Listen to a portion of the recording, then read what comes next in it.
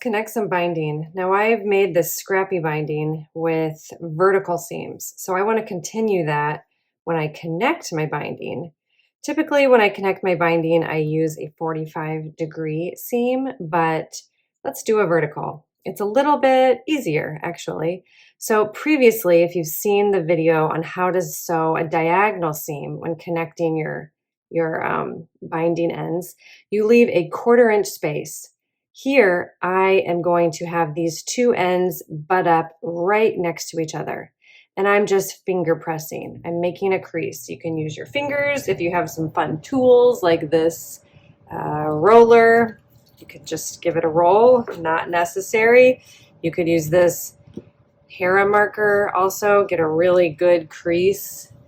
Anything that is creasable, anything that makes a crease. Okay, moving on. So I open this up, and people have requested that I use a fabric. Maybe I'll even zoom in a little bit. You can hear my little tripod.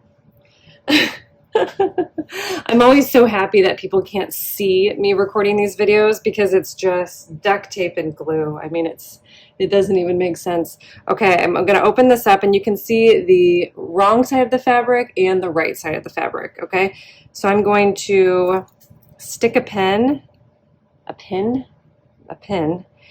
going to find that crease I just made. Where was that? Okay, so here is my, I don't know if you can see it on the camera, my vertical and my horizontal, right where those two meet. I'm going to stick a pin in it.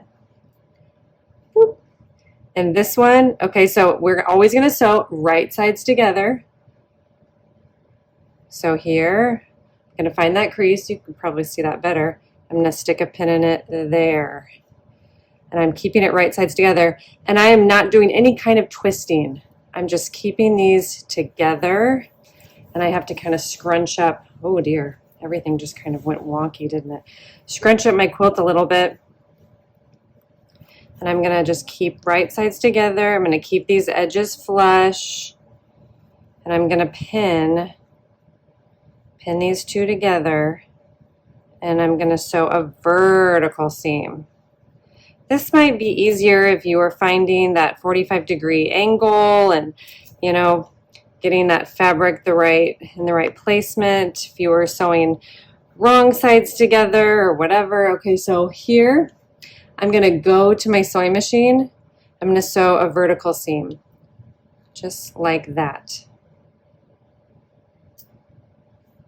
So I'm still here, just to make sure we're on the same page, okay? Here we go. Let's sew that seam. Before opening this up and showing you what it looks like, I want to point out that when I'm stitching binding together, I take my seam, or my stitch length, excuse me, down to at least a 1.5. So this is actually a 1.3. And that is so your binding pieces do not fall apart on the edges. It's really easy for that to happen. Okay, so we're going to trim this. I don't know where scissors are. Well, you can just see.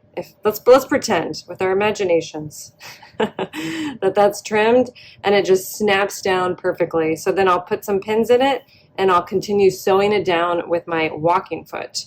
I'll bump the stitch length back up to 2.5 and it will be nice and flat and it will imitate what I already have going on here with my other scrappy binding.